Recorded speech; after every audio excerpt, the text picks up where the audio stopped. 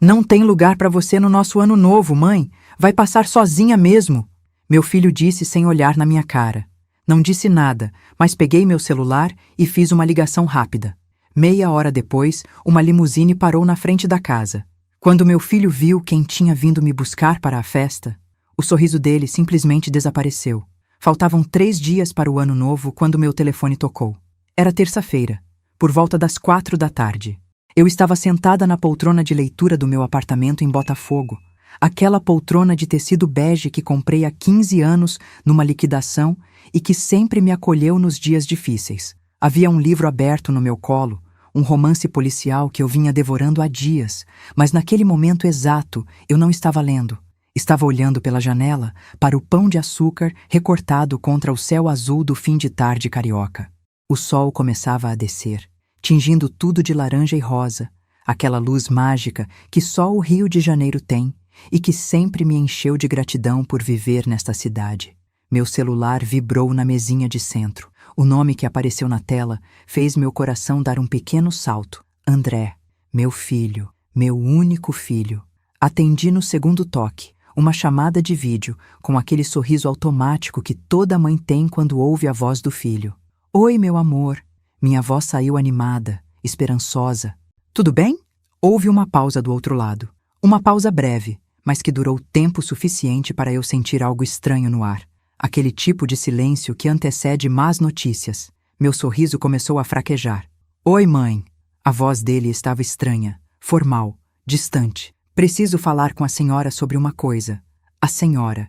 Ele me chamou de senhora. Meu filho de 39 anos, que eu carreguei no colo, que eu amamentei, que eu embalei em noites de febre e pesadelo, estava me tratando como se eu fosse uma conhecida distante. Senti um aperto no peito, mas mantive a voz firme. Claro, filho. Pode falar. Ouvi ele respirar fundo do outro lado da linha. Percebi um barulho de fundo.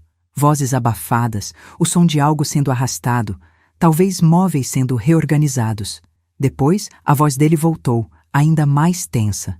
É sobre a ceia de Ano Novo aqui em casa, mãe. Meu coração acelerou. Finalmente.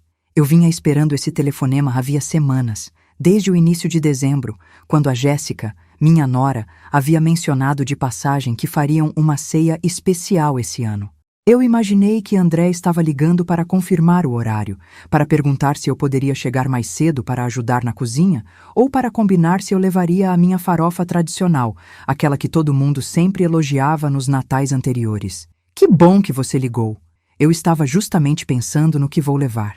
Sabe que a Clara me pediu aquele pudim de leite condensado que ela ama?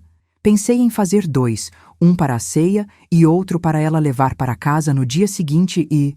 Mãe! Ele me cortou. A voz dele estava mais seca agora, impaciente. Deixa eu terminar. O tom me fez calar na hora. Senti minha mão apertar o telefone com mais força. Meu estômago começou a revirar. A Jéssica organizou uma coisa mais seleta esse ano, entende? Ele falou rápido, como quem quer despejar as palavras de uma vez e se livrar delas. Vai ter gente importante, sabe? Clientes dela, amigos influentes, pessoal da academia, empresários. Gente que pode ajudar ela a expandir os negócios. Então a gente achou melhor. Ele parou. Engoliu seco. Eu ouvi o som da saliva descendo pela garganta dele através do telefone. A gente achou melhor você não vir esse ano. O mundo parou. Juro que senti o chão desaparecer debaixo dos meus pés. Minha visão ficou turva por um segundo. As palavras flutuaram no ar ao meu redor, pesadas como chumbo, afiadas como estilhaços de vidro. Você não vir. Você não vir. Você não vir. Como assim, filho? Minha voz saiu baixa, trêmula. Eu mesma mal consegui reconhecê-la. Mãe, não leva a mal, tá bom? Mas é que... Ele respirou fundo de novo. Eu podia imaginá-lo passando a mão pelo cabelo, aquele gesto nervoso que ele tinha desde criança. É que não tem lugar para a senhora no nosso ano novo esse ano. A Jéssica montou a mesa para um número exato de pessoas. Tudo certinho, decoração temática, aquelas coisas. E a senhora sabe como é, né? A casa não é tão grande assim. Não tem lugar para mim. Meu filho acabara de dizer que não tinha lugar para mim na festa de Ano Novo da própria família. Senti uma onda de calor subir do meu peito até o rosto. Não era raiva. Ainda não. Era choque puro. Descrença. Como se alguém tivesse acabado de me dizer que o céu era verde e a grama era azul. Simplesmente não fazia sentido. André, tentei argumentar, tentei encontrar lógica naquilo. Mas filho, eu sou sua mãe. Eu sempre passei o ano novo com vocês. Desde que você se casou, desde que a Clara nasceu, como assim não tem lugar para mim? Mãe, pelo amor de Deus, não dificulta. A voz dele ficou impaciente agora, irritada, como se eu estivesse sendo irracional, como se eu estivesse criando um problema do nada. A senhora vai passar sozinha mesmo. Vai ser mais tranquilo para a senhora. Pede uma comida, assiste a uns programas de TV. A senhora não gosta dessas coisas de festa, de aglomeração, de barulho. Vai ser melhor assim. Vai ser melhor assim. Ele estava decidindo por mim o que era melhor para mim. Foi nesse momento que eu vi, através da tela do celular. Ao fundo, na sala da casa dele, estava a Jéssica. Ela usava um vestido dourado, justo, decotado, daqueles que ela comprava em lojas caras do shopping e parcelava em 10 vezes no cartão. O cabelo estava preso num coque alto, brincos enormes balançando nas orelhas. Ela estava arrumando taças de cristal sobre a mesa de jantar. Aquelas taças altas e delicadas que eu sabia muito bem que eram alugadas, porque eu mesma tinha visto o anúncio da empresa de aluguel de utensílios finos quando visitei a casa deles mês passado, e a caixa ainda estava no canto da cozinha. Jéssica olhou para a tela do celular. Nossos olhos se encontraram por uma fração de segundo. E então ela sorriu. Não foi um sorriso de simpatia. Não foi um sorriso de constrangimento. Foi um sorriso de vitória. Naquele momento, eu entendi tudo. Isso não tinha sido decisão do André. Ou pelo menos, não tinha sido só dele. Isso tinha digital da Jéssica por toda parte. Ela tinha plantado essa ideia na cabeça do meu filho. Ela tinha convencido ele de que eu era um problema, um estorvo, uma peça que não se encaixava no quebra-cabeça perfeito da vida Instagram que ela vinha construindo há anos. Respirei fundo, muito fundo. Senti o ar enchendo meus pulmões, gelado, doloroso. Pisquei várias vezes para afastar as lágrimas que ameaçavam cair. Não, eu não ia chorar. Não agora. Não na frente deles. Entendo, filho. Minha voz saiu surpreendentemente firme, fria até. Então tá bom. É mesmo, mãe? Ele pareceu aliviado.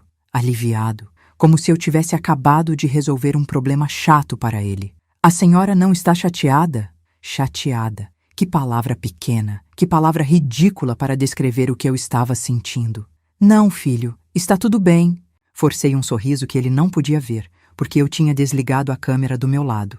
Aproveitem a festa de vocês. Obrigado, mãe. A senhora é 10. Feliz ano novo, tá? A gente se fala no ano que vem. Desliguei. Fiquei sentada ali na minha poltrona bege, com o celular ainda na mão, olhando para a tela preta. O silêncio do apartamento era ensurdecedor.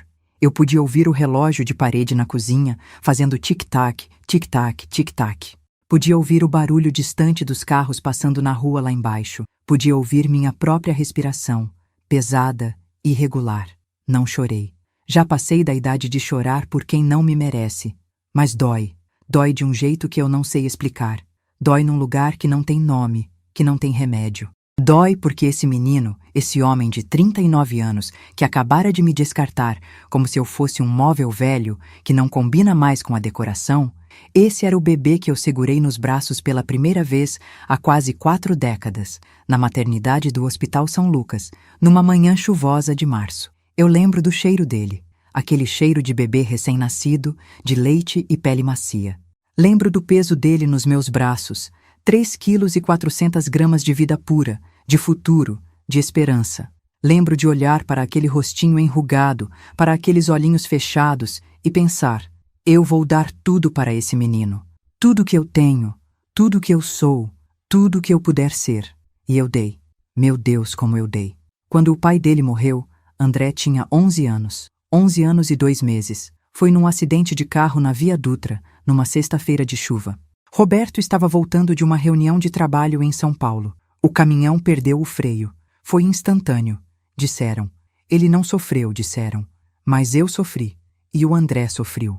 Lembro do velório, do caixão fechado, do André sentado na primeira fileira da capela, pequenininho naquele terno preto que compramos às pressas, os olhos vermelhos de tanto chorar.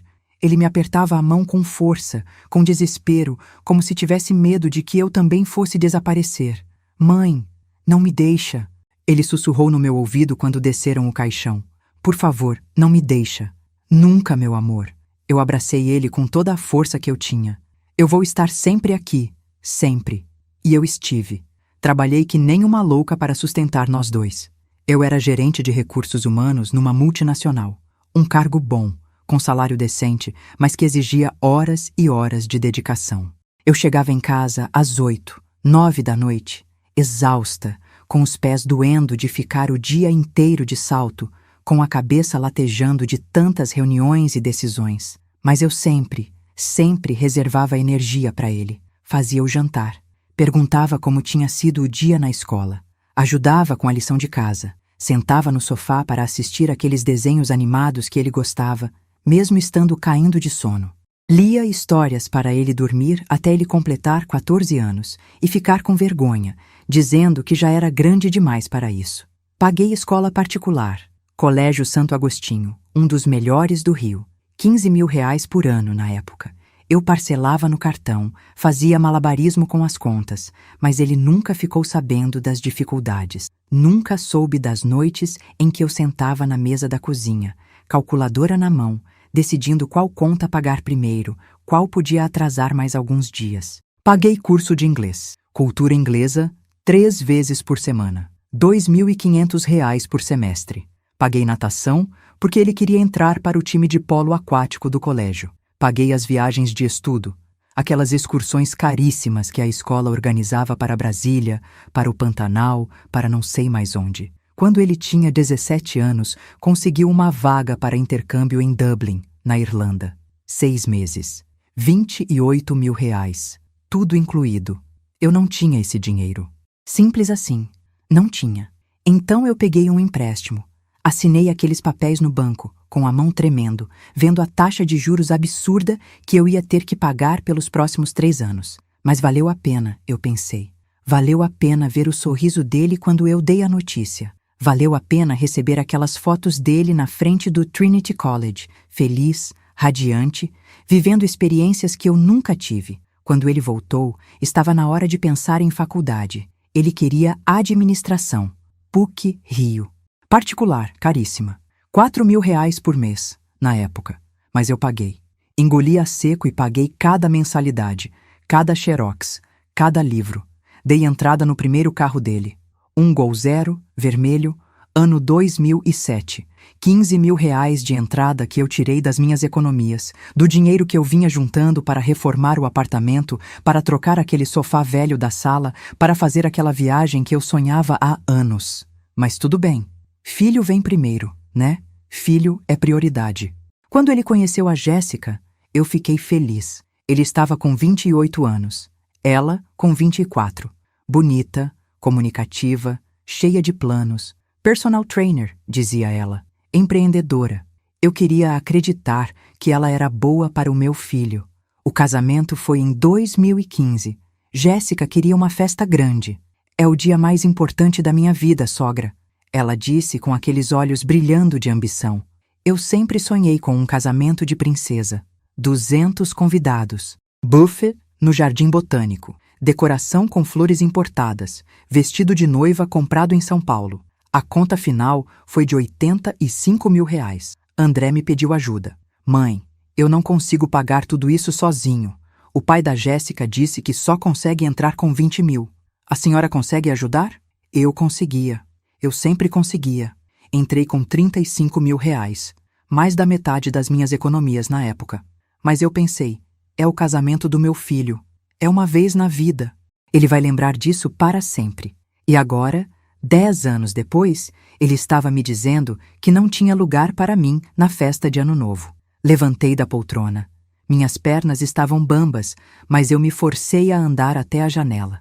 O pão de açúcar ainda estava lá, imponente, indiferente ao meu sofrimento. O céu estava ficando roxo agora, aquele roxo profundo do crepúsculo carioca.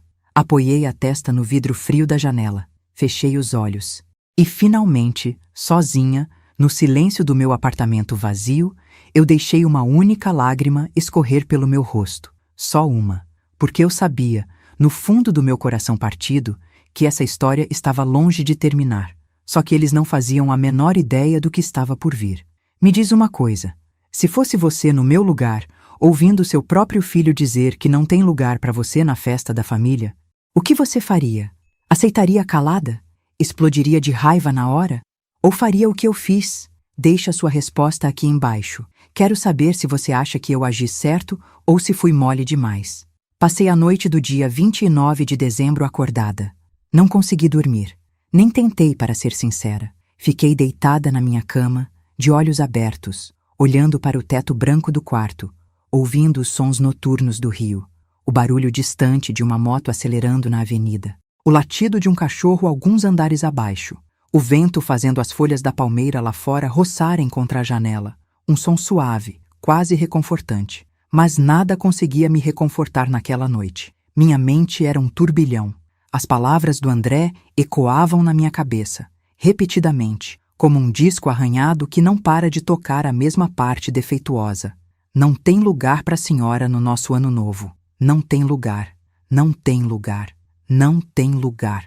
Revirei para o lado direito, depois para o esquerdo. Nada ajudava. Meu coração estava acelerado, batendo forte demais dentro do peito, como se quisesse escapar da minha caixa torácica. Sentia as mãos suadas, a boca seca, aquela angústia pesada no estômago, como se eu tivesse engolido uma pedra. Não era só a exclusão da festa, era o que aquilo significava. Era o que aquilo revelava sobre como meu filho me via, sobre como minha nora me via, sobre qual lugar eu realmente ocupava na vida deles. Eu era um estorvo. Uma inconveniência. A mãe simples demais, antiquada demais, sem brilho suficiente para estar ao lado das pessoas importantes que eles queriam impressionar. Levantei da cama por volta das 3 da manhã. Coloquei o roupão e fui até a cozinha. Precisa fazer alguma coisa com as mãos, pensei. Preciso me mover, senão vou enlouquecer. Fiz chá, camomila com hortelã, daqueles que vêm em saquinho. Coloquei água para ferver na chaleira velha que herdei da minha mãe. Aquela chaleira de alumínio toda amassada que ela usava há 30 anos e que eu nunca tive coragem de jogar fora. O barulho da água fervendo foi quase meditativo. O vapor subindo, quente, úmido, embaçando a janela da cozinha. Sentei à mesa com a caneca quente entre as mãos. A cozinha estava escura, iluminada apenas pela luz fraca que vinha da luminária do corredor. Gostei assim. O escuro parecia apropriado para o que eu estava sentindo. Tomei um gole do chá. Queimou a língua, mas eu nem me importei. A dor física era quase bem-vinda. Pelo menos essa dor tinha uma causa clara, um alívio previsível. Comecei a pensar em todas as vezes que eu me anulei por ele. Lembrei daquela vez, há uns 5 anos, quando fui convidada para uma viagem à Europa com 2 amigas do trabalho. Barcelona, Paris, Roma, 15 dias, tudo planejado, passagens compradas. Eu estava empolgadíssima. Nunca tinha saído do Brasil. Aquela seria minha primeira viagem internacional. Então, o André me ligou. A Jéssica estava grávida. Complicações. Precisava ficar de repouso. Ele trabalhava o dia todo. Não poderia ficar com ela. Mãe, a senhora consegue vir ficar aqui com a gente por uns tempos? Só até a Jéssica melhorar. Cancelei a viagem. Perdi R$ 2.000 de multa das passagens que não eram reembolsáveis. Fiquei 3 meses na casa deles, cuidando da Jéssica, fazendo comida, limpando, lavando roupa. Enquanto minhas amigas me mandavam fotos deslumbrantes da Torre Eiffel, do Coliseu, da Sagrada Família, eu estava ali, esfregando o chão da cozinha da minha nora, ouvindo ela reclamar que o suco de laranja estava muito doce. Nunca mais tive outra chance de viajar para a Europa. As amigas foram transferidas para outras cidades, perdemos contato. A vida seguiu. Ou aquela outra vez, há 2 anos, quando eu finalmente tinha juntado dinheiro suficiente para reformar o banheiro do meu apartamento. O box estava quebrado, os azulejos rachados, o cano vazando. Eu tinha orçamento pronto, pedreiro contratado, data marcada. André me ligou. Precisava de dinheiro emprestado, urgente. A academia da Jéssica estava com dificuldades financeiras. Precisavam pagar fornecedores ou perderiam contratos importantes. Mãe, são só R$ 18.000. A gente devolve em 6 meses, prometo. Transferi o dinheiro no mesmo dia. Usei o banheiro quebrado por mais 2 anos. Tomava banho com água espalhando pelo chão inteiro. Esfregava o chão depois com pano para secar. Nunca reclamei com eles. Nunca cobrei o dinheiro de volta. E sabe quando eles me devolveram? Nunca. Até hoje. Nunca. Tomei mais um gole do chá. Estava morno agora, sem gosto. Joguei o resto na pia. Fiquei ali parada, em pé na frente da pia, olhando para o ralo. Pensei em quantas coisas eu tinha jogado fora na minha vida. Quantos sonhos escoaram por esse ralo, junto com água de chá desperdiçada, junto com lágrimas que eu escondi, junto com palavras não ditas. Porque eu sempre engoli tudo. Sempre fingi que estava tudo bem. Sempre sorri e disse: "Não se preocupa, filho, eu resolvo." Sempre coloquei as necessidades dele acima das minhas. Sempre, sempre, sempre. E para quê? Para ser descartada como lixo na véspera de Ano Novo. Senti a raiva começando a subir. Uma raiva quente, visceral, que começou no estômago e foi subindo, subindo, até chegar na garganta. Apertei as mãos na borda da pia, os nós dos dedos ficando brancos de tanta força. Não era só raiva do André. Não era só raiva da Jéssica. Era raiva de mim mesma. Por ter deixado, por ter permitido, por ter me tornado invisível aos poucos, tão lentamente que nem percebi quando deixei de ser uma pessoa para me tornar apenas uma função. A mãe banco, a mãe empregada, a mãe salva-vidas emocional e financeiro. Quando foi que eu deixei de ser Beatriz da Rocha, a mulher que comandava equipes de 50 pessoas em multinacionais, que negociava contratos milionários, que dava palestras em conferências nacionais? Quando foi que eu virei só a mãe do André?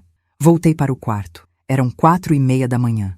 O céu começava a clarear lá fora, aquela claridade cinzenta que antecede o amanhecer. Deitei de novo na cama. Puxei o cobertor até o queixo, mesmo sem estar com frio. E foi aí, naquele momento de escuridão da alma, que as lágrimas finalmente vieram. Chorei. Chorei como não chorava há anos. Chorei alto, sem me importar se os vizinhos iam ouvir. Chorei com soluços que sacudiam meu corpo inteiro, que doíam nas costelas. Chorei até não ter mais lágrimas, até a garganta ficar arranhada, até os olhos arderem. Não chorei pelo dinheiro que gastei. Não chorei pelas viagens que não fiz, pelas reformas que não aconteceram. Chorei pela perda de algo muito mais precioso. A ilusão de que meu filho me amava da mesma forma que eu o amava, porque eu percebi, naquela madrugada horrível, uma verdade que eu vinha evitando há anos. O amor entre nós era assimétrico, desigual. Eu daria minha vida por ele sem pensar 2 vezes. Ele não era capaz nem de me incluir numa ceia de Ano Novo. Adormeci de exaustão quando o sol já estava nascendo. Um sono pesado, sem sonhos, vazio. Acordei por volta do meio-dia do dia 30. A cabeça latejava, os olhos estavam inchados, ardendo. Levantei devagar, o corpo todo dolorido como se eu tivesse apanhado. Fui até o banheiro. Olhei para o espelho. O que vi me assustou. Meu rosto estava irreconhecível. Olhos vermelhos, pálpebras inchadas, olheiras profundas, a pele opaca, sem vida, os lábios rachados, o cabelo desgrenhado. Eu parecia ter envelhecido 10 anos numa noite. "É isso que você virou, Beatriz?" Falei em voz alta para meu reflexo. "É isso que você vai ser pelo resto da vida? Uma velha descartável?" Meu reflexo não respondeu, claro. Apenas me encarou com aqueles olhos cansados, derrotados. Voltei para a cama. Não tinha energia para mais nada. Fiquei lá, deitada, olhando para o teto, pensando em absolutamente nada e absolutamente tudo ao mesmo tempo. O telefone tocou por volta das 4 da tarde. Nem olhei quem era. Deixei tocar até ir para a caixa postal. Tocou de novo 5 minutos depois. De novo. E de novo. Finalmente, peguei. Era a Clara, minha neta. "Vovó?" A vozinha dela, fina e preocupada, atravessou o meu peito como uma faca. "Vovó, você está bem?" Tentei firmar a voz. "Estou sim, meu amor." "Por que a pergunta?" "Porque..." Ela hesitou. Ouvi um barulho de porta fechando do lado dela, como se ela estivesse se escondendo para falar comigo. "Porque eu ouvi a mamãe falando com o papai que você não vem mais aqui no Ano Novo. É verdade, vovó?" Engoli em seco. "É verdade, meu amor." "Mas por quê?" A voz dela falhou. "Eu queria que você viesse. Não é justo. Não é justo a mamãe convidar um monte de gente que eu nem conheço e não deixar você vir." Senti meu coração apertar. Minha netinha.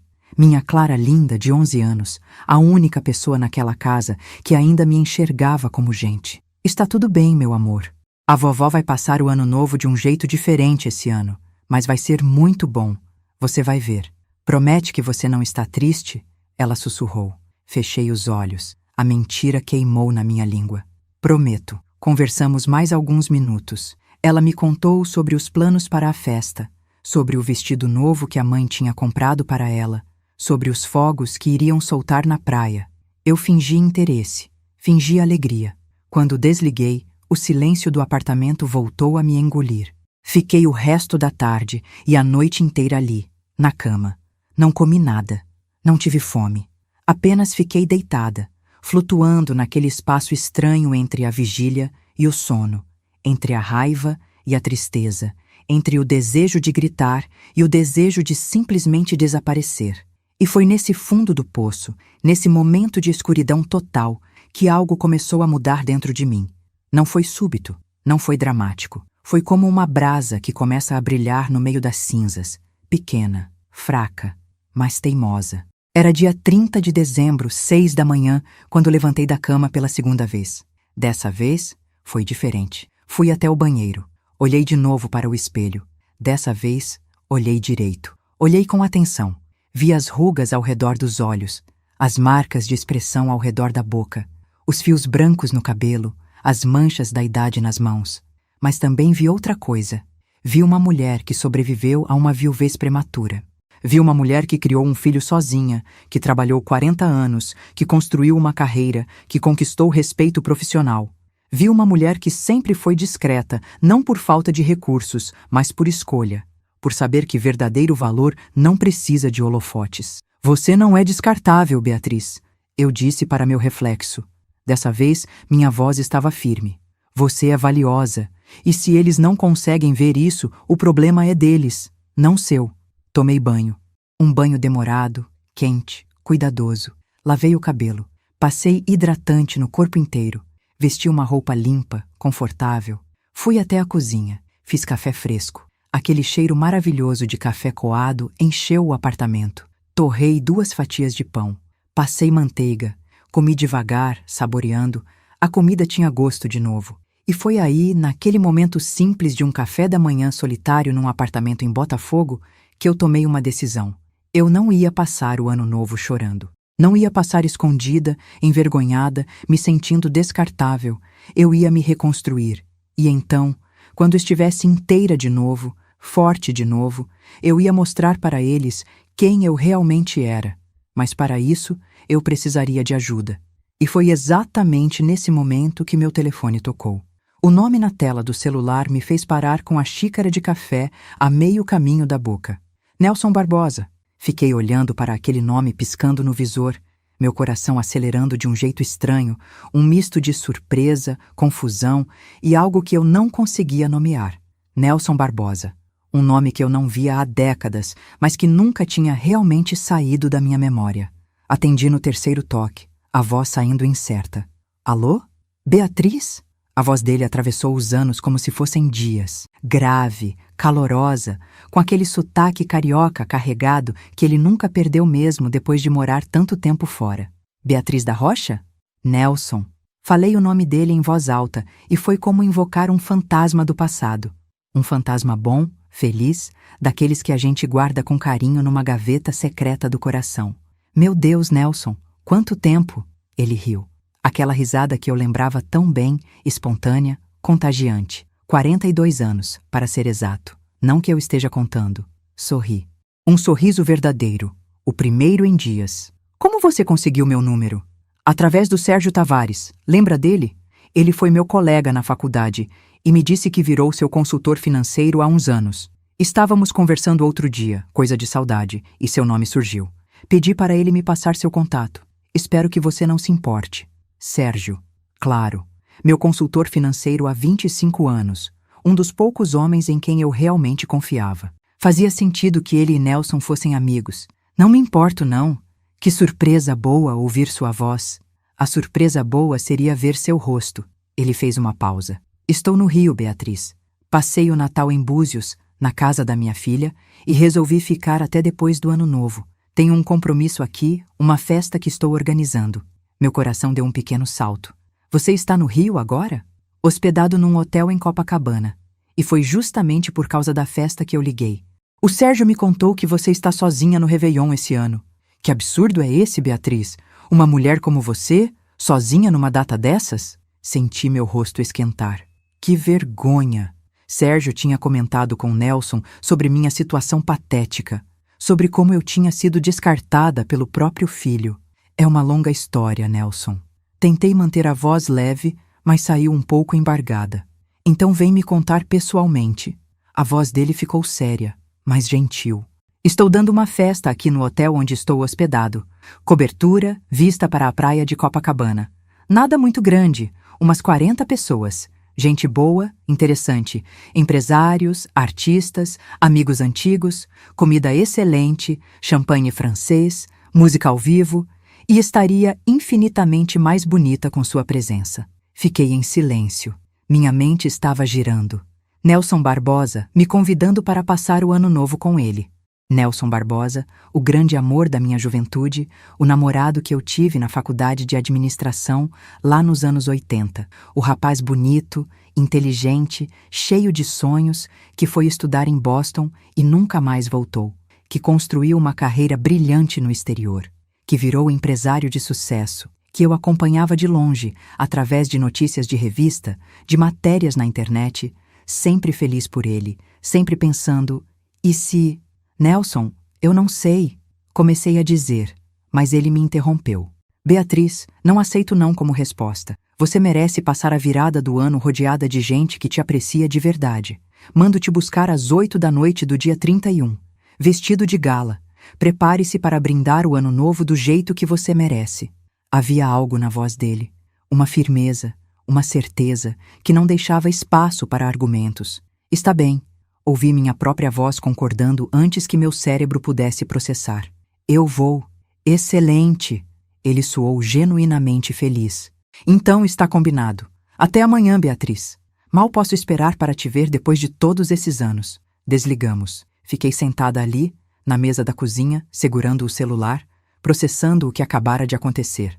Nelson Barbosa me convidou para passar o ano novo com ele. Uma parte de mim, a parte prática, racional, que comandou minha vida por 64 anos, estava gritando que isso era loucura, que eu não conhecia mais esse homem, que 42 anos era uma eternidade, que eu provavelmente ficaria constrangida, deslocada, no meio de gente rica e importante. Mas outra parte de mim, uma parte que eu achava que tinha morrido, mas que aparentemente apenas hibernava, estava sussurrando algo diferente. Vá, viva.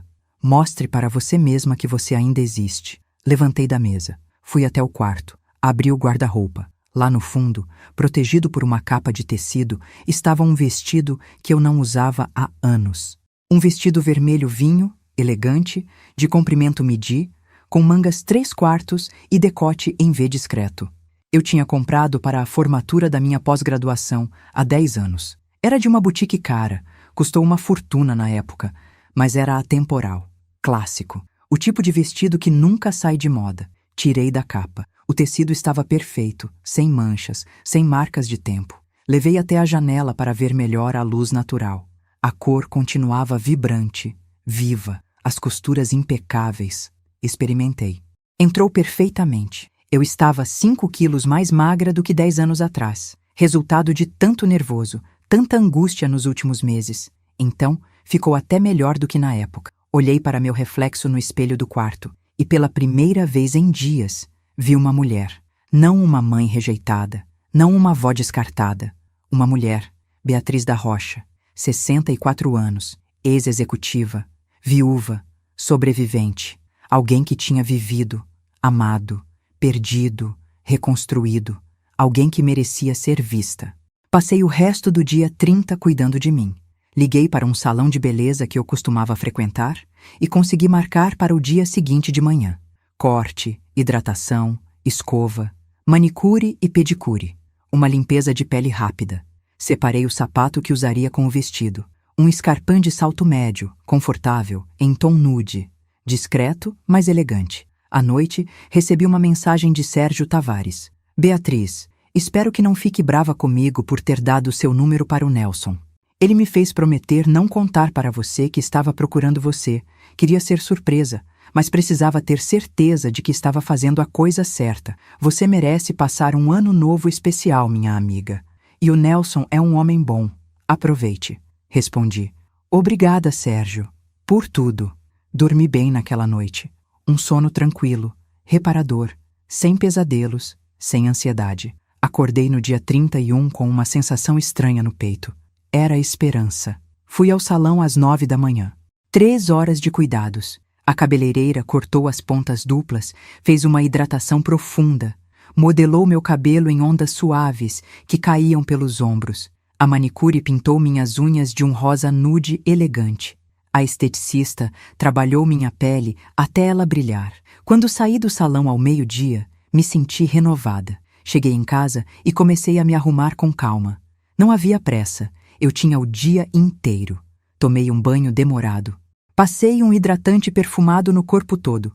Um creme com cheiro de rosas que ganhei de presente há tempos e nunca tinha usado. Sequei o cabelo com cuidado para não desfazer a escova. Fiz uma maquiagem discreta, mas caprichada.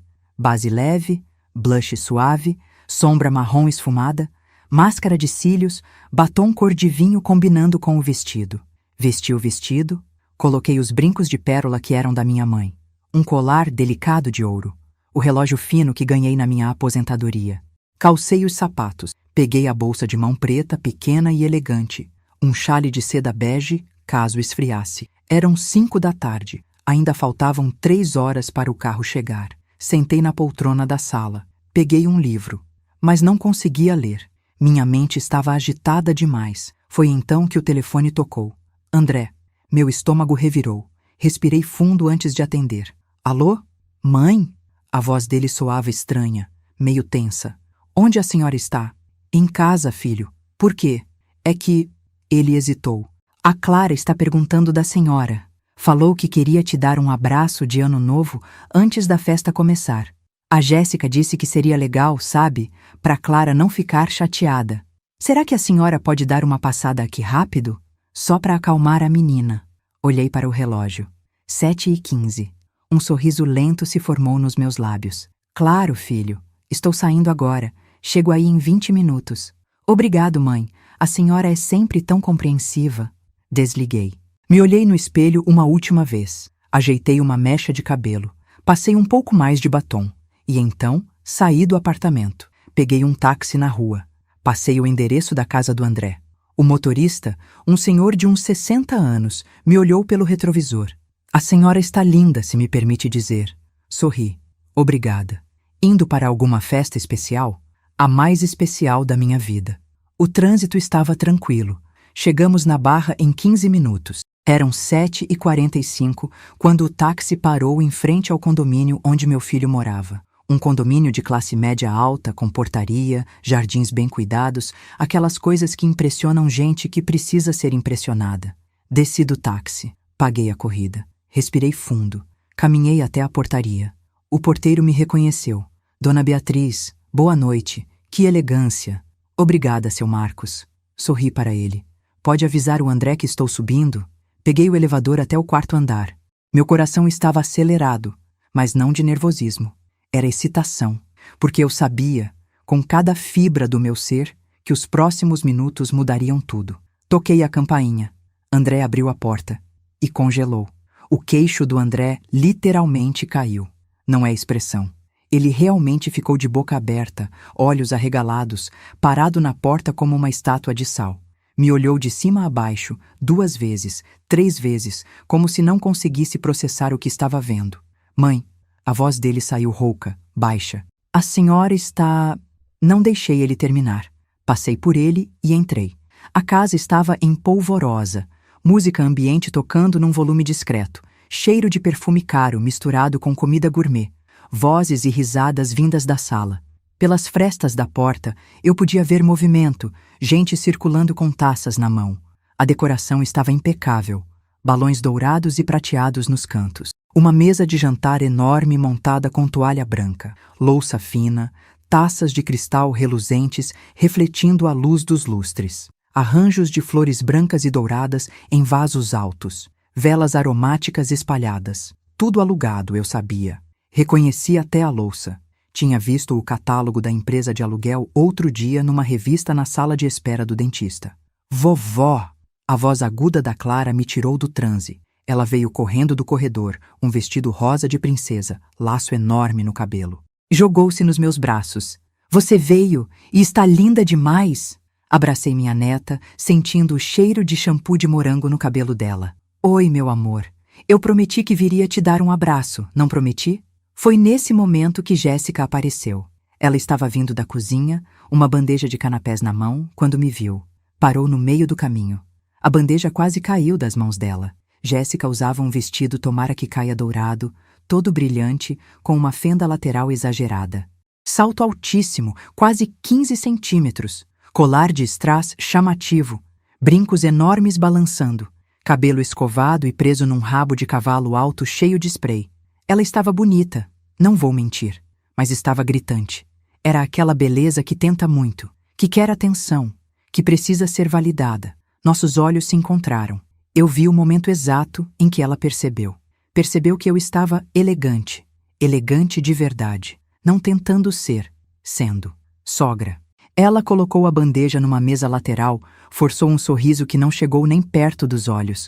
Nossa, a senhora está diferente. Obrigada, Jéssica. Minha voz saiu calma, educada. Você também está muito bonita. Ela não era boba. Captou o tom. Neutro. Distante.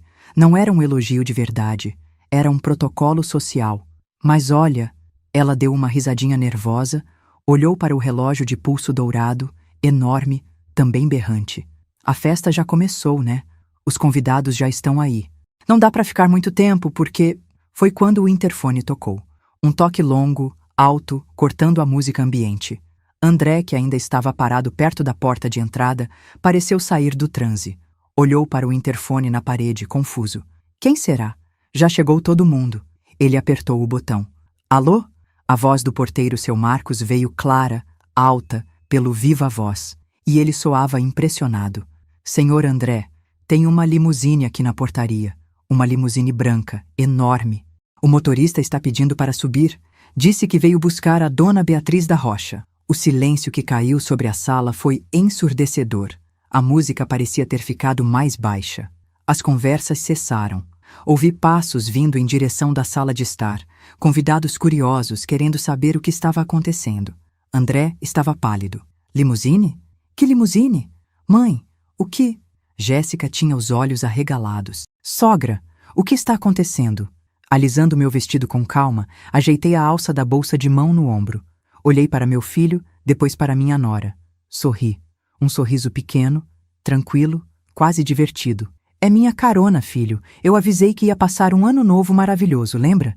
Dei um beijo na testa da Clara. Te ligo amanhã, meu amor. Feliz ano novo. E então caminhei em direção à porta. Mãe, espera. André veio atrás de mim. Que carona? Para onde a senhora vai? Quem... Me virei para ele. Coloquei a mão no rosto dele, num gesto de carinho genuíno. Porque eu ainda amava meu filho, apesar de tudo. Aproveitem a festa de vocês. Foi isso que vocês queriam, não foi? Uma noite seleta, com gente importante. Desci até a portaria sem olhar para trás. Quando as portas do elevador se fecharam, eu vi, através do vidro, a cara de choque do André, da Jéssica e de uns 5 convidados que tinham vindo até o corredor para espiar. Lá embaixo, seu Marcos estava na porta boquiaberto. Dona Beatriz, que limusine é aquela? Nunca vi uma assim no condomínio. Olhei pela porta de vidro. A limusine era realmente espetacular. Branca, reluzente, enorme. As rodas cromadas brilhavam sob a luz dos postes. Os vidros fumês escondiam o interior. Na frente, em pé ao lado da porta traseira, um motorista de uniforme completo, terno preto, gravata, luvas brancas, cap, esperava em posição de sentido. Caminhei até lá. Meus saltos faziam um som firme no chão de pedra portuguesa da calçada. O motorista abriu a porta para mim com uma reverência. Boa noite, Dona Beatriz. É uma honra. Antes de entrar, olhei para cima. Todas as janelas do quarto andar estavam cheias de gente. Caras espremidas contra o vidro. André, Jéssica e pelo menos 10 convidados olhando para baixo com expressões que variavam entre choque, inveja e confusão total. A Clara estava na frente, acenando com as duas mãos, um sorriso enorme no rosto. Acenei de volta para ela, e então entrei na limusine. O interior era de outro mundo. Bancos de couro creme, macios como manteiga. Luzes LED suaves no teto, criando uma atmosfera intimista. Uma pequena geladeira embutida num dos lados, e sobre o banco ao meu lado, uma garrafa de champanhe em um balde de gelo prateado. Ao lado da garrafa, um bilhete manuscrito em papel fino e elegante.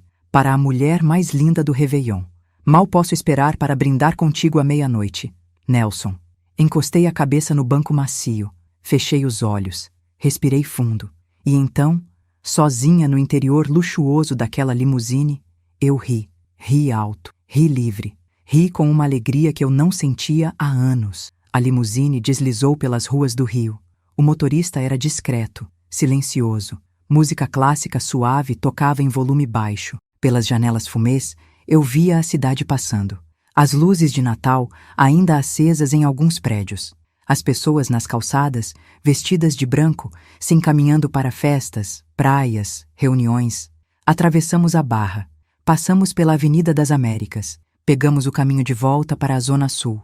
20 minutos depois, a limusine parou na frente de um hotel que eu conhecia só de fotos. Um dos mais luxuosos de Copacabana. Fachada clássica, portaria com porteiro de libré, tapete vermelho na entrada. O motorista abriu minha porta. Desci. E lá, na porta do hotel, esperando por mim, estava ele, Nelson Barbosa. Cabelos grisalhos bem cortados, penteados para trás. Terno preto impecável, corte italiano. Camisa branca engomada. Gravata de seda. Abotoaduras de ouro nos punhos. Sapatos de couro engraxados espelhando as luzes da portaria.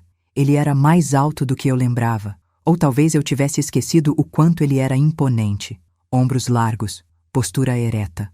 Mas o sorriso era o mesmo de 42 anos atrás. Largo, genuíno, iluminando o rosto inteiro. Nossos olhos se encontraram. Ele caminhou até mim, pegou minha mão e fez algo que me tirou o fôlego.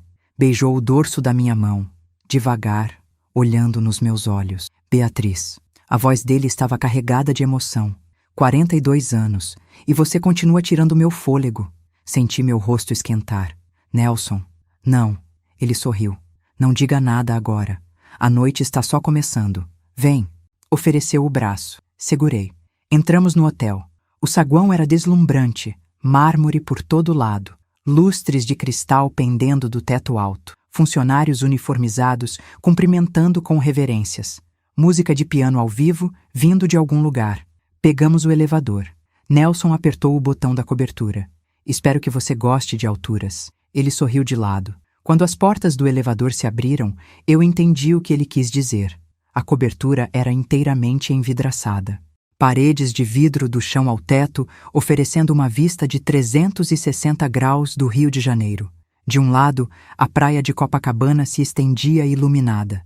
Do outro, o Pão de Açúcar e o Cristo Redentor brilhavam contra o céu estrelado. A decoração era sofisticada sem ser exagerada. Móveis modernos em tons neutros. Mesas altas espalhadas estrategicamente. Garçons circulando com bandejas de champanhe e canapés. Uma pequena orquestra, violino, violoncelo, piano, tocando ao vivo num canto. E as pessoas. As pessoas. Reconheci rostos. Rostos de revista, de jornal, de televisão. Empresários que eu tinha visto em entrevistas. Uma atriz famosa conversando com um juiz conhecido. Um cantor que eu adorava. Um escritor best-seller. Mas ninguém estava ostentando. Todos conversavam tranquilamente, riam, apreciavam a vista. Tinha uma atmosfera de pertencimento. De gente que não precisava provar nada para ninguém. Vem, quero te apresentar alguns amigos. Nelson me guiou pela sala. Passamos a próxima hora assim. Conversas fascinantes. Gente interessante de verdade. Não gente se achando interessante. A diferença era gritante. Um empresário do ramo hoteleiro me contou sobre seus projetos de turismo sustentável na Amazônia.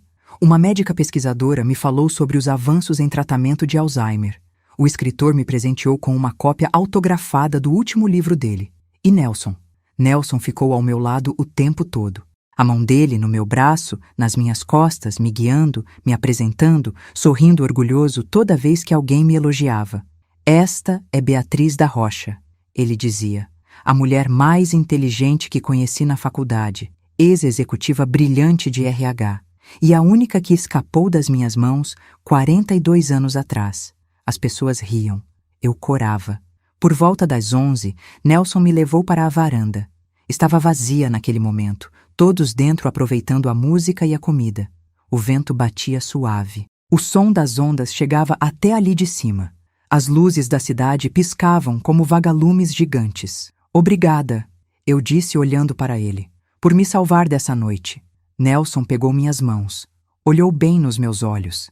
Beatriz, eu não te salvei de nada. Você não precisa ser salva. Você só precisava lembrar quem você é. Senti lágrimas picarem meus olhos. Eu tinha esquecido. Eu sei. Ele apertou minhas mãos. Eu sei como é ficar invisível. Como é se anular pelos outros. Passei por isso também no meu primeiro casamento. Minha ex-mulher queria que eu fosse um acessório da vida perfeita dela. Quando decidi ser eu mesmo de novo, perdemos tudo. Mas ganhei a mim mesmo de volta. Olhamos para o horizonte em silêncio por alguns minutos. Então ele sorriu. Sabe o que eu pensei quando te vi descendo daquela limusine? O quê? Pensei. Aí está ela, a única mulher que conheci que é mais bonita por dentro do que por fora. E olha que você está deslumbrante por fora hoje. Eu ri através das lágrimas. Adulador. Realista. Ficamos ali até quase meia-noite, conversando, lembrando da faculdade, das noites estudando juntos na biblioteca, dos planos impossíveis que fazíamos, de como a vida nos levou para caminhos diferentes. Eu me casei pensando em você, confessei. Roberto era um bom homem, mas não era você. Eu também, ele disse baixo. Nenhuma foi você, Beatriz. A orquestra parou de tocar lá dentro. Um silêncio se fez. E então, a voz de um dos músicos ecoou. Faltam 2 minutos para a meia-noite. Nelson me puxou de volta para dentro. A varanda começou a encher de gente, todos com taças na mão. O champanhe sendo distribuído rapidamente. Nelson pegou 2 taças, me entregou uma. 10. Todos começaram a contar. 9, 8. Beatriz. Nelson olhou nos meus olhos. Um brinde, a recomeços. 7, 6, 5. A reencontros. Eu levantei minha taça. 4, 3, 2. A você, ele sussurrou, que nunca deixou de ser rainha, mesmo quando ninguém te tratou como tal. 1. Brindamos. Os fogos de Copacabana explodiram no céu. Vermelho, dourado, prata, verde, roxo. O céu inteiro em chamas de luz e cor. A cidade inteira celebrando. E ali, naquela varanda, com uma taça de champanhe na mão e o homem do meu passado ao meu lado, eu finalmente me senti viva de novo. Meu celular vibrou no bolso da minha bolsa. Não olhei. Porque pela primeira vez em anos, eu estava vivendo o presente. Não o passado de mágoas, não o futuro de expectativas. O agora. E o agora estava perfeito. O celular não parou de vibrar a noite inteira. Eu senti. Vibração após vibração, dentro da minha bolsa de mão, enquanto eu dançava com Nelson, enquanto conversava com pessoas fascinantes, enquanto brindava o ano novo tantas vezes que perdi a conta. Mas não olhei. Nenhuma vez. A festa só terminou por volta das 4 da manhã. As pessoas foram saindo aos poucos, cada uma com abraços calorosos, cartões de visita trocados, promessas de almoços e jantares futuros. Nelson acompanhou cada convidado até o elevador, sempre gentil, sempre atencioso. Quando o último saiu, ele voltou para a varanda onde eu estava, olhando o mar.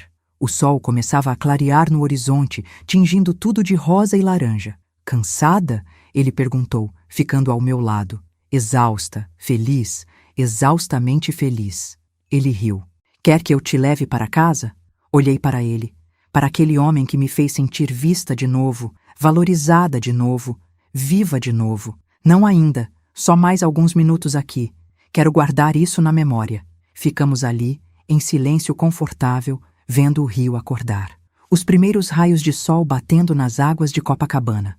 As gaivotas começando seus voos matinais. A cidade se espreguiçando depois da festa. Foram Nelson quem quebrou o silêncio. Você vai olhar o celular em algum momento ou vai continuar fingindo que ele não existe? Ri. Você percebeu? Impossível não perceber. Aquela bolsa vibrou umas 50 vezes. Alguém está desesperado para falar com você. Suspirei.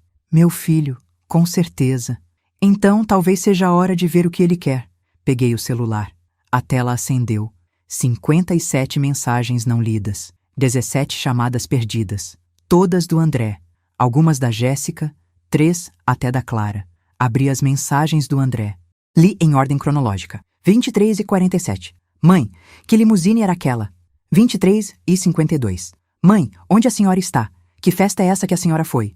00003. Feliz Ano Novo. Mãe, por favor responde. 00015. Mãe, o pessoal aqui está perguntando da senhora. A Camila viu uma foto no Instagram do Nelson Barbosa e disse que parecia a senhora. Mas não pode ser, né? 0023. Mãe, é a senhora na foto com o Nelson Barbosa? 0035. Mãe, pelo amor de Deus, me responde. Como a senhora conhece o Nelson Barbosa? Aquele empresário dos hotéis? O cara é bilionário, mãe. 01A12. A Jéssica está surtando aqui. Ela viu várias fotos da festa. Gente famosa. E a senhora aparece em várias. Mãe, o que está acontecendo? 02h41.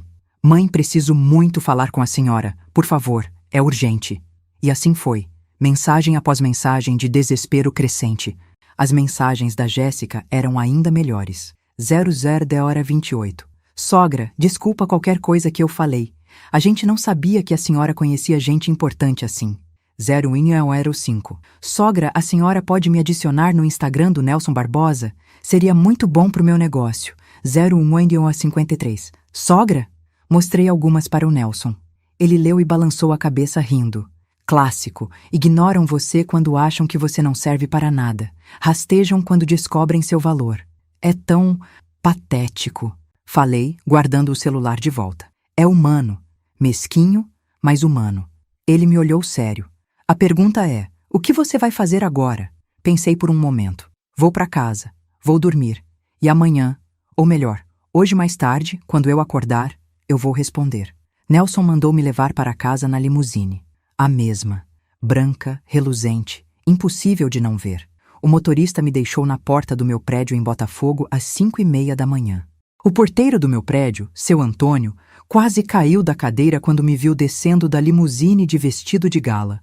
Dona Beatriz, senhora foi numa festa? Fui sim, seu Antônio, a melhor festa da minha vida.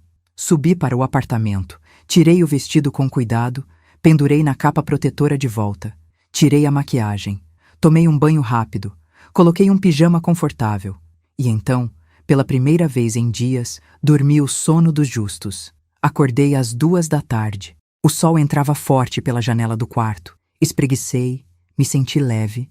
Havia uma paz dentro de mim que eu não sentia há tanto tempo que nem lembrava. Levantei, fiz café, sentei na mesa da cozinha com uma xícara fumegante e finalmente, olhei direito para o celular. 93 mensagens agora. 28 chamadas perdidas. E não eram só do André e da Jéssica. Eram de pessoas que eu nem falava há anos, conhecidos distantes, parentes afastados. Até uma prima de 3º grau que eu via uma vez a cada 5 anos nas festas de família. Todas as mensagens tinham o mesmo tom.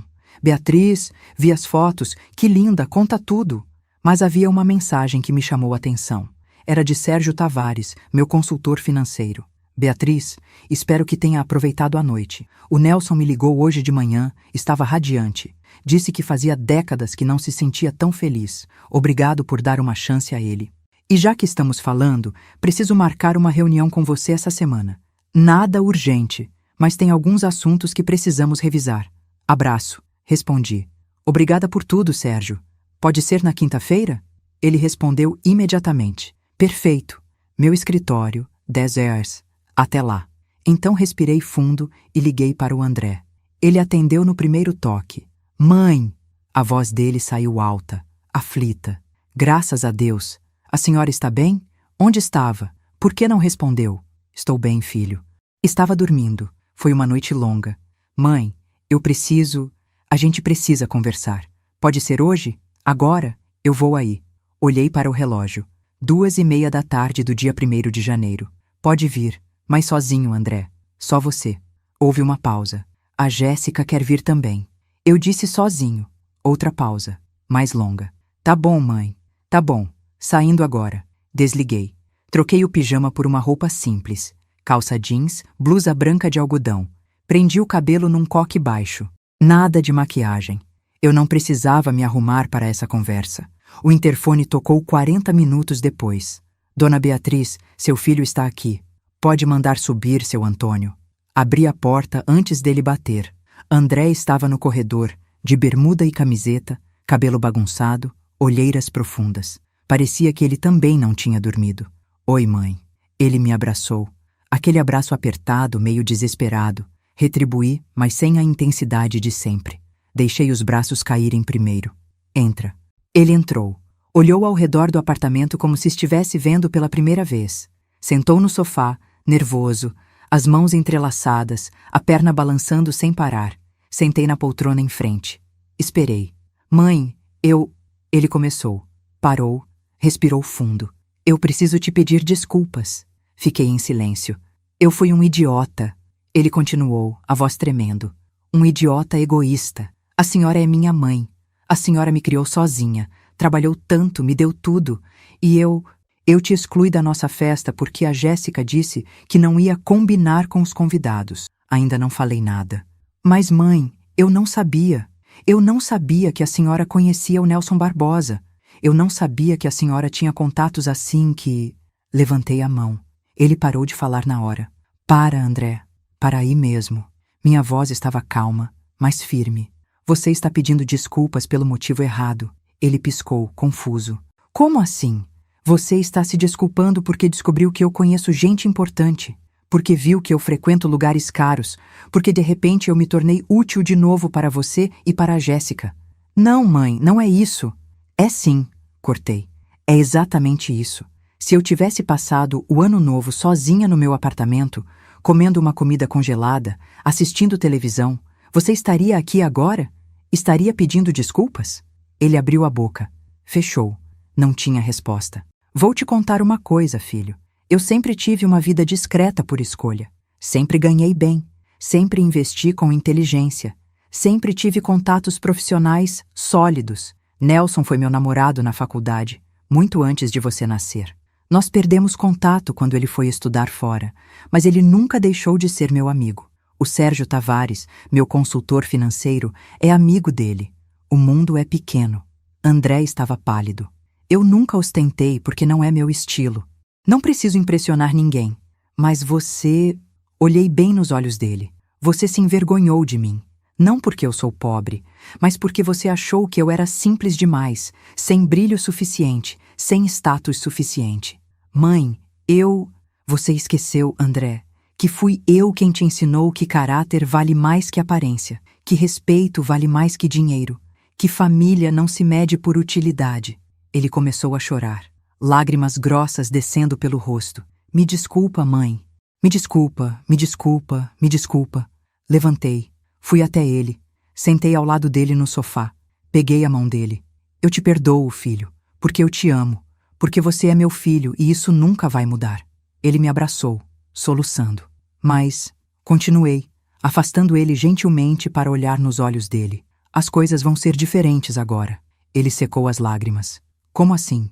Você e a Jéssica vão me tratar com respeito, não porque eu conheço gente importante, mas porque eu sou sua mãe e mereço respeito. Ponto. Ele assentiu freneticamente. Sim, sim, claro. Segundo, nunca mais vou emprestar dinheiro sem combinações claras de devolução. Aqueles 18 mil reais da academia da Jéssica, eu quero de volta, em parcelas com data combinada. Não é sobre o dinheiro, é sobre o respeito. Ele engoliu seco. Tudo bem, a gente vai pagar, mãe, eu prometo. Terceiro, vocês vão parar de viver essa vida de aparências às custas de dívidas. Eu sei que essa casa é alugada, não comprada. Sei que a decoração da festa foi alugada. Sei que vocês estão sempre no limite do cartão de crédito tentando parecer o que não são. Ele ficou vermelho. A Jéssica não é sua única responsabilidade nessa história, André. Você é um homem adulto. Você escolhe. E você tem escolhido viver uma mentira para impressionar pessoas que não importam. Silêncio pesado. Eu não vou mais financiar essa ilusão, continuei. Não vou mais dar dinheiro toda vez que vocês estiverem apertados porque gastaram além do que podiam. Vocês são adultos. Se virem. Entendi, mãe. Por último, a Clara. Eu quero ver minha neta sempre que eu quiser, sem precisar de permissão, sem ser tratada como inconveniente, porque ela é minha neta e eu a amo. Claro, mãe, sempre. Respirei fundo. Tudo isso é inegociável. Se você e a Jéssica concordarem, continuamos nossa relação. Se não, deixei a frase no ar. André me olhou com os olhos ainda molhados. A gente concorda, mãe. Eu vou conversar com a Jéssica. A gente vai mudar, eu prometo. Abracei meu filho de novo, dessa vez com mais carinho. Eu acredito em você, André, mas as promessas precisam virar ações. Ele ficou mais 1 hora. Conversamos, de verdade. Ele me contou sobre as pressões no trabalho, sobre como a Jéssica vivia comparando a vida deles com a de amigas nas redes sociais, sobre como ele se sentia inadequado o tempo todo. Ouvi. Aconselhei. Fui mãe, mas dessa vez com limites claros. Quando ele foi embora, me abraçou apertado na porta. Obrigado, mãe, por não desistir de mim. Eu nunca vou desistir de você, filho, mas também não vou mais me anular por você. Na quinta-feira, fui ao escritório do Sérgio. Um prédio elegante no centro, escritório no 10º andar com vista para a Baía de Guanabara. Ele me recebeu com um abraço. Senta, Beatriz. Café? Água? Café, por favor. Sentamos. Ele abriu uma pasta grossa. Então, vamos ao que interessa. Eu revisei seus investimentos. Tudo está muito bem. Suas aplicações renderam acima da média esse ano. Você tem atualmente R$ 2.300.000 em investimentos diversos. Assenti. Eu sabia disso. A casa em Petrópolis que você herdou da sua mãe está avaliada em R$ 1.800.000. O mercado está aquecido lá. Se quiser vender, é bom momento. Não quero vender. Tenho boas memórias daquela casa. Perfeito. Então mantemos. Seu apartamento aqui em Botafogo está avaliado em 900.000. Quitado, sem dívidas. Sim, sua aposentadoria e pensão juntas te dão R$ 8.000 por mês. Seus investimentos rendem, em média, 12.000 por mês. Você gasta, em média, 4.500 por mês. Ou seja, você acumula 15.500 por mês. Ele me olhou por cima dos óculos. Beatriz, você é uma mulher rica. Não milionária de revista Forbes, mas confortavelmente rica. Porque vive como se não fosse. Sorri. Porque dinheiro não define quem eu sou, Sérgio. Eu sei. Admiro isso. Mas ele se inclinou para a frente.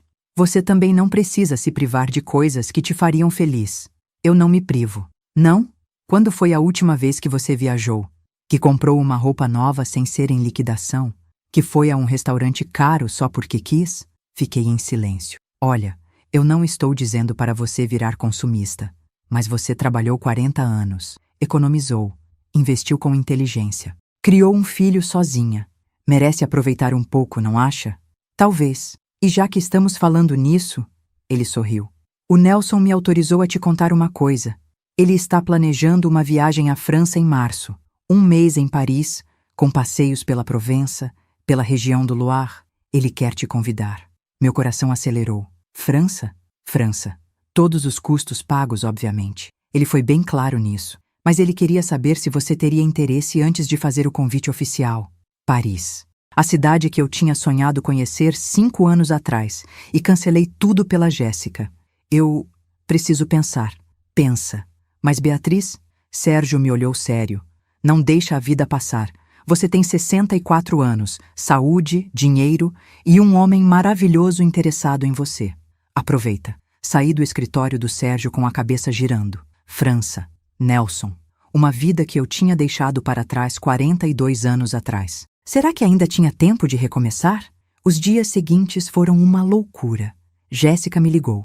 Chorosa, pediu desculpas. Disse que estava arrependida. Eu fui educada, mas firme.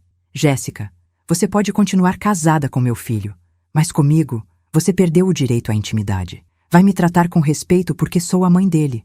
Só isso. Ela concordou. Não teve escolha. A Clara me visitou. Passamos uma tarde inteira juntas, fazendo biscoitos, conversando, rindo. Ela me mostrou as fotos da festa de Ano Novo. Vovó, você estava a mais bonita de todas. De longe. Beijei a testa dela. Obrigada, meu amor. E Nelson? Nelson me ligava todo dia.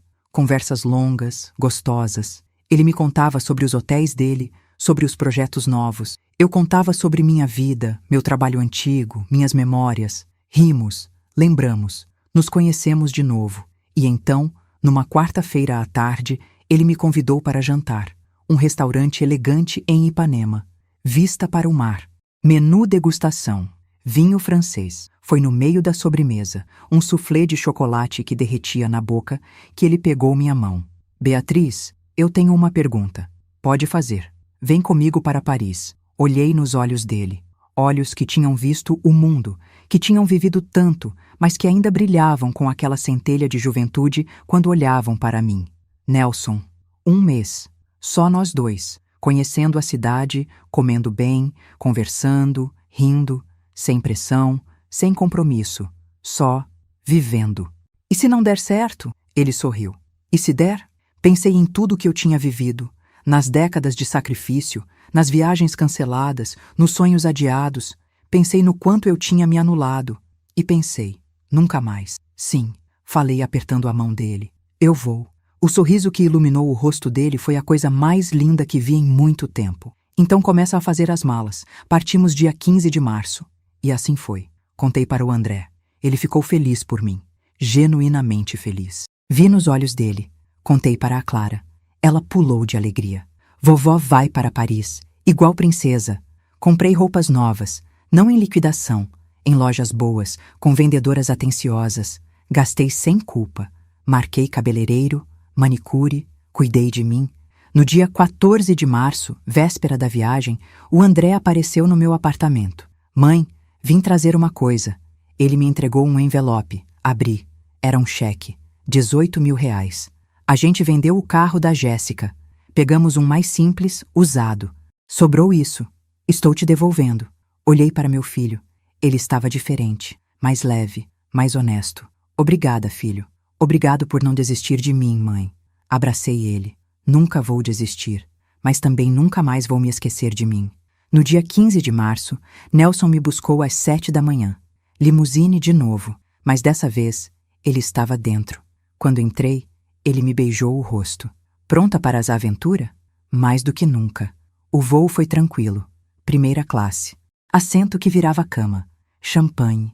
Comida deliciosa. Conversamos por horas. Dormimos de mãos dadas. Quando o avião pousou em Paris, olhei pela janela. A cidade luz me esperava. E pela primeira vez em décadas, eu não estava vivendo para mais ninguém. Estava vivendo para mim. Nelson me olhou. Feliz? Sorri. Um sorriso largo, livre, verdadeiro, imensamente. Se você está me ouvindo agora, talvez esteja passando por algo parecido. Talvez esteja se sentindo invisível, descartável, sem valor. Mas deixa eu te dizer uma coisa. Você vale. Você sempre valeu. E nunca é tarde para se enxergar de novo. Nunca é tarde para acender sua própria luz. Eles não definem você. Você define você. E quando você se lembra disso, tudo muda. Tudo. Se essa história tocou seu coração, compartilhe com alguém que precisa ouvir isso. Às vezes, uma história de superação é tudo que precisamos para lembrar do nosso próprio valor. Inscreva-se no canal e ative o sininho para não perder nenhuma história de dignidade reconquistada. Tem gente aqui que precisa saber que não está sozinha. E olha, a próxima história que está passando na sua tela agora, ela vai te surpreender ainda mais. Clica ali e descubra o que acontece quando a vingança vem servida gelada. Sua presença aqui importa. Até a próxima história.